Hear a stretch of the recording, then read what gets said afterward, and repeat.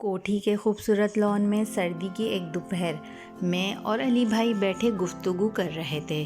چپڑاسی نے علی بھائی سے آ کر کہا کہ باہر کوئی آدمی آپ سے ملنے آیا ہے، یہ اس آدمی کا چوتھا چکر ہے۔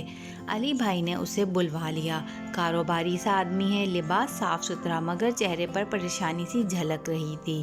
شیو بڑی ہوئی، سرخ آنکھیں اور بال قدرے سفید لیکن پریشان۔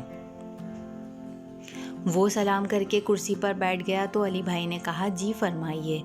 فرمانے کے قابل کہاں ہوں صاحب جی، کچھ عرض کرنا چاہتا ہوں، اس آدمی نے کہا۔ اس آدمی نے بڑی گمبھیر آواز میں کہا اور میری طرف دیکھا، جیسے وہ علی بھائی سے کچھ تنہائی میں کہنا چاہتا تھا۔ علی بھائی نے اس سے کہا، آپ ان کی فکر نہ کیجیے، جو کہنا ہے کہیے۔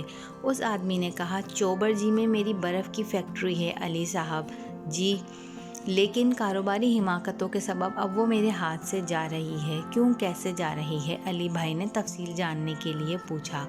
اس ایک آدمی سے میں نے 70,000 روپے قرض لیے تھے لیکن میں لوٹا نہیں سکا۔ وہ آدمی بولا، میں نے کچھ پیسے سنبھال کر رکھے تھے لیکن چور لے گئے۔ اب وہ آدمی اس فیکٹری کی قرقی لے کر آ رہا ہے، اور یہ کہہ کر وہ آدمی رونے لگا۔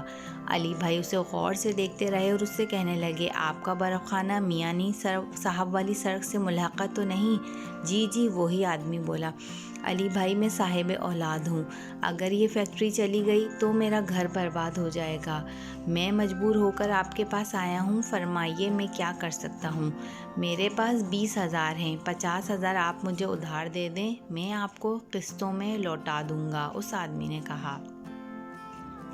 علی بھائی نے مسکرا کر اس آدمی کو دیکھا، سگریٹ سلگائی اور مجھے مخاطب کر کے کہنے لگے، روبی بھائی، یہ آسمان بھی بڑا ڈرامے باز ہے، کیسے کیسے ڈرامے دکھاتا ہے، شطرنج کی چالیں چلتا ہے، کبھی مات کبھی جیت۔ یہ بات کہی اٹھ کر اندر گئے، واپس آئے، ہاتھ میں نوٹوں کا بنڈل تھا۔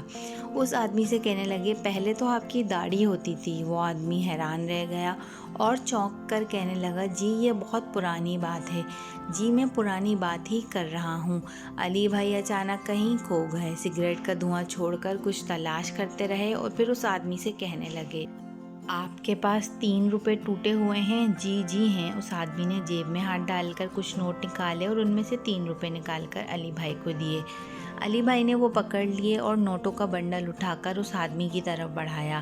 یہ 50,000 روپے ہیں، لے جائیے۔ اس آدمی کی آنکھوں میں آنسو تھے اور نوٹ پکڑتے ہوئے اس کے ہاتھ کپ کپا رہے تھے۔ اس آدمی نے جذبات کی گرفت سے نکل کر پوچھا، علی بھائی مگر یہ 3 روپے آپ نے کس لیے لیے؟ علی بھائی نے اس کی بات کاٹ کر کہا، یہ میں نے آپ سے اپنے 3 دن کی مزدوری لی ہے۔ مزدوری؟ مجھ سے؟ میں آپ کی بات نہیں سمجھا۔ اس آدمی نے یہ بات پوچھی تو ایک حیرت اس کے چہرے پر پھیلی ہوئی تھی۔ 1952 میں جب میں لاہور آیا تھا تو میں نے آپ کے برف خانے میں برف کی سلیں اٹھا کر قبرستان لے جانے کی مزدوری کی تھی۔ علی بھائی نے مسکرا کر جواب دیا۔ یہ جواب میرے اور اس آدمی کے لیے دنیا کا سب سے بڑا انکشاف تھا۔ علی بھائی نے مزید بات آگے بڑھائی، مگر آپ نے جب مجھے کام سے نکالا تو میرے 3 دن کی مزدوری رکھ لی تھی، وہ آج میں نے وصول کر لی ہے۔ علی بھائی نے مسکرا کر وہ 3 روپے جیب میں ڈال لیے۔ آپ یہ 50,000 لے جائیں، جب آپ سہولت محسوس کریں واپس کر دیجیے گا۔